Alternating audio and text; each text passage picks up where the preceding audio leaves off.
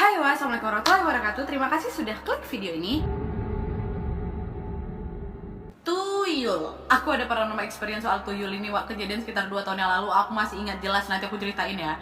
Nah, jadi Wak, tuyul, bahasa Jawanya tuh tuyul. Dalam mitologi Jawa dan sekitarnya, makhluk halus yang berbentuk orang kerdil dengan kepala gundul dari jenis jin ifrit. Jin ifrit, Wak. Penggambaran lainnya yang tidak disepakati banyak orang adalah tuyul ini memiliki kulit berwarna keperakan, bersifat sosial, tapi dalam artian memiliki masyarakat dan pemimpin, Wak, serta bersuara seperti ayam. Nah, tuyul ini kan yang seperti kita tahu, dia ini dapat dipekerjakan oleh seorang majikan manusia dengan alasan tertentu. Yang paling sering dipakai buat, iya betul, mencuri uang. Nah, untuk menangkal tuyul, orang memasang yuyu, kepiting kecil tuh di sejumlah sudut-sudut ruangan karena si tuyul ini suka main sama yuyu, Wak. Jadi dia waktu disuruh curi, dia tengok yuyu, dia main dulu nih. Akhirnya dia lupa sama tugasnya. Gitu. Mitos yang berkembang mengatakan kalau tuyul ini berasal dari janin orang yang keguguran atau bayi yang mati karena lahir.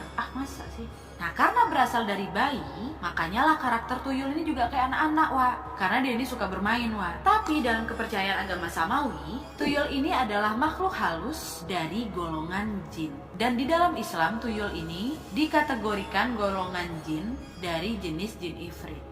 Nah, selain itu juga ada sejarah tuyul yang aku ambil dari historia.id yang mengatakan pada saat itu ada seorang antropolog yang bernama Clifford Geertz di tahun 1952 sampai 1954. Dia ini melakukan penelitian di Mojokuto atau sekarang Pare di Jawa Timur, di mana dia ini mendapatkan uraian sistematis mengenai makhluk-makhluk halus yang ada di Jawa. Pada saat itu ada seorang tukang kayu mengatakan kepadanya bahwa ada 3 jenis makhluk halus. Pertama memedi, kedua lelembut, dan ketiga tuyul. Bahkan pada saat itu dia menunjuk kedua orang anak-anak berumur sekitar 3 tahun yang lagi mendengar pembicaraan mereka. Nah, pada saat itu tukang kayu itu ngomonglah ke antropolog ini, "Nah Pak, tuyul itu menyerupai anak-anak ini nih. Cuma mereka itu bukan manusia, tapi makhluk halus. Mereka ini nggak ganggu, nggak nakut-nakutin, nggak buat orang sakit. Tapi sebaliknya Pak, mereka ini sangat disenangi oleh manusia karena dia bisa membuat manusia menjadi kaya." Nah, waktu itu warga Mojokuto ini meyakini ada 3 orang di daerah mereka yang memiliki tuyul. Pertama, dia seorang jagal, kedua perempuan pedagang tekstil, dan ketiga seorang haji.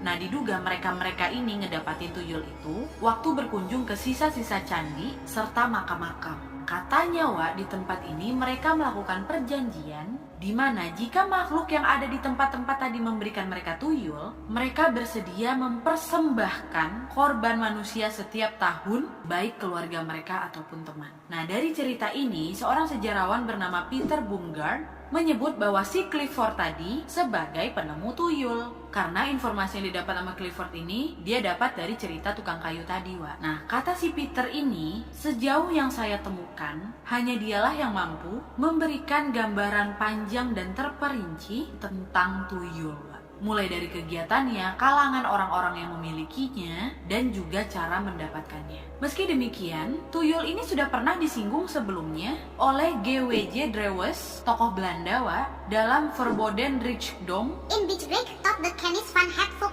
bleek op Java de Moderat. di mana ini dimuat di Jawa 9 tahun 1929. Peter juga mengatakan bahwa saya memang belum pernah mengenal tuyul, tapi dulu saya sudah pernah mendengar istilahnya dengan setan gundul, di mana pada saat itu dia menemukannya disebut-sebut pertama kali dalam sebuah sumber pada tahun 1860. Sumber tersebut dia dapat di S.E. Hartron, dan selanjutnya gambaran setan gundul ini juga dia dapat di tahun 1894 dalam De Javanse G.S. ten Wereld karangan Van Hien, di mana penampilan setan gundul itu digambarkan seperti seorang bocah berusia 4 tahun yang memiliki kepala gundul dan ia ini dapat memberikan kekayaan. Gundul ini dapat dikontrak selama 1 periode, di mana 1 periode ini adalah 7 tahun. Nah, selama 7 tahun itu udah selesai, Wak? Enggak. Kalau udah habis nih masa kontraknya, si pemilik ini akan mati dan disiksa di neraka. Nah, saat-saat mengerikan disiksa itu dapat ditunda katanya, Wak. Ditambah lagi 1 periode, jadi 2 periode nih. Kalau si pemilik gundul ini mengorbankan orang lain sebagai penggantinya. Pengganti untuk disiksa selama periodenya habis. Jadi nggak bisa main perpanjang aja, Wak. Walaupun sudah berganti periode nih, keuntungan yang didapat nggak akan sebanyak periode pertama. Dan juga setan gundul ini dikatakan harus diberi makanan kacang hijau setiap hari. Dan jika pemiliknya perempuan, atau kalau laki-laki dia mempunyai istri, perempuan-perempuan ini harus menyusui si tuyul ini secara teratur, Wak. Nah, tapi menurut si Peter nih lucu pula, dia bilang tidak ada persamaan antara gundul sama tuyul. Eksistensi si gundul ini menghilang di tahun 1930 dan saat itulah tuyul mulai berkembang. Apa bedanya si tuyul sama gundul ini? Sebenarnya sama-sama aja sih, tapi si Peter ini menganggap tuyul dan gundul ini beda. Makanya lah dia bilang si antropolog tadi orang pertama yang menemukan tuyul. Walaupun sebelumnya dia sudah pernah mendengar istilah setan gundul ini di beberapa tahun sebelumnya. Itu tadi penjelasan si Peter ini, Wak. Dan kalau memang tadi aku ceritain kalau aku sudah pernah temu tuyul, aku anggap itu benar-benar tuyul, Wak. Jadi gini, waktu itu sekitarnya 2 tahun yang lalu, kan kami lebaran nih, baliklah ke Tanjung Balai kan, Wak. Aku sekeluarga itu tidurlah di rumah adiknya mama aku kan. Waktu itu udah lebaran keberapa gitu, aku lupa. Udah tengah malam nih, aku masih bangun, adik-adik aku yang lain juga masih bangun di situ kan. Kita begadang lah itu ceritanya. Udahnya aku di kamar adik aku. Datanglah nih tante aku ngetok kantok, nat kawanin anti ini jemur baju, kata dia kayak gitu.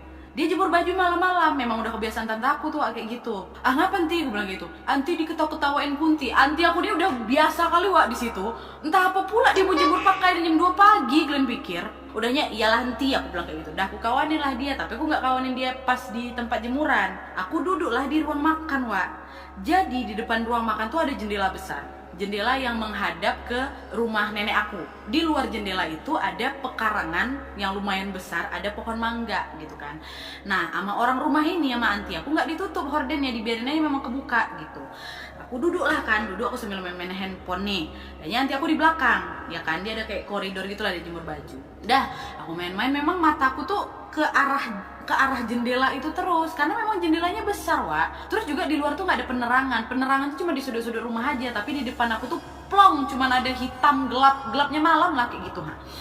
Dahnya tiba-tiba, Wak, sumpah demi Allah aku nggak bohong, lewatlah itu bayangan kecil, kepalanya itu betul-betul kepala bulat hitam, dia jalannya gini nih, Wak, klik gitu. Di luar jendela itu, sumpah anjing gue merinding, sumpah dia lewat kayak ini. Aku tuh udah nggak bisa teriak lagi. Anti, aku teriak nanti aku ngapa nak? Anti nak tengok tuyul. Itu budak-budak, coba tolong cek di luar. Budak-budak tuh bukan budak apa anak-anak gitu kan. Adik-adikku yang lain tuh di depan semuanya, nggak ada lah mungkin orang di luar, itu udah jam 2 pagi, Wak. Udahnya dicek nih sama orang tuh, dicek nggak ada orang, lagian itu tuh pekarangan kami tuh ketutup, Wak. Anak kecil jam 2 pagi ngapain di belakang situ kan. Akhirnya dicek nih sama sepupu aku yang lain, nggak ada orang. Udahnya udahlah Nat, udah biasa aja tuh, udah biasa kata anti kan. Akan bentul kata mama dek, kata anti ini ke anaknya. Ternyata mereka tuh juga sering tuh ngelihat ada anak-anak kecil gitu kan, katanya si tuyul yang katanya peliharaan masyarakat di situ. Udah lah nih aku baca istighfar aja aku kan. Terus nggak apa-apa, udah biasa aja kata dia kayak gitu. Ya aku bilang sama mama aku kan, Min dia ketemu ini. Terus ya udah Nat, baca doa aja, tidur aku sama mama. Udahnya di situ kan kami ngumpul, namanya lagi lebaran kan, Wak. Tante aku besoknya hilang sudah go tuh kalau nggak salah 150. Dia pegang uang cashnya tuh udah memang dia ikat karena kan buat THR gitu, entah kayak gimana. Hilang itu 3 lembar. Disitulah sekali pertama aku melihat, aku rasa itu memang tuyul, Wak. Itu tuh kayak sama anti aku sama omaku, udah biasa kayak gitu katanya tuh, yaitu peliharaannya masyarakat di situ. Aku nggak tahu sih itu benar apa tidak, tapi itu sejelas-jelasnya di mataku yang aku tengok yaitu. Adik-adik aku sepupu nggak ada yang sekecil itu, badan udah besar-besar, gede gaban. Jadi gitu ceritanya, Wak. Dan selain ceritaku nih juga ada beberapa video-video dan foto-foto yang aku ambil di internet, katanya sih itu tuyul. Monggo dilihat, Wak.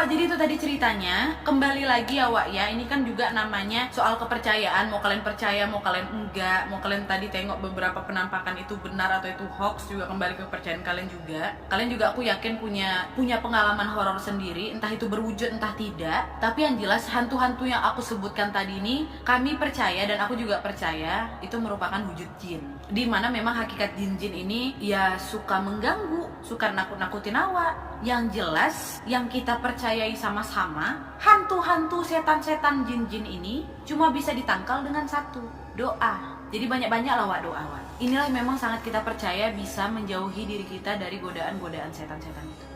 Oke Wak, jadi sekian dulu ceritanya. Gimana menurut kalian? Aku pengen kali dengar semua paranormal experience kalian yang sudah melihat wujud-wujud yang aku sebutkan tadi. Di mana, kapan, gimana seremnya. Aku pengen kali tahu Wak, tolong kali komen di bawah. Jadi ya sudah, kita akhiri video ini. Terima kasih yang sudah menonton. Kalau kalian suka video ini, klik like-nya. Jangan lupa komen di bawah untuk ide dan saran-saran untuk video selanjutnya. Jangan lupa nyalain notifikasinya supaya kalian tahu kalau aku upload video baru. And as always, jangan lupa untuk klik tombol subscribe supaya kalian sama-sama tahu informasi menarik dan menegangkan dari channel aku. See you next video, Wak. Bye.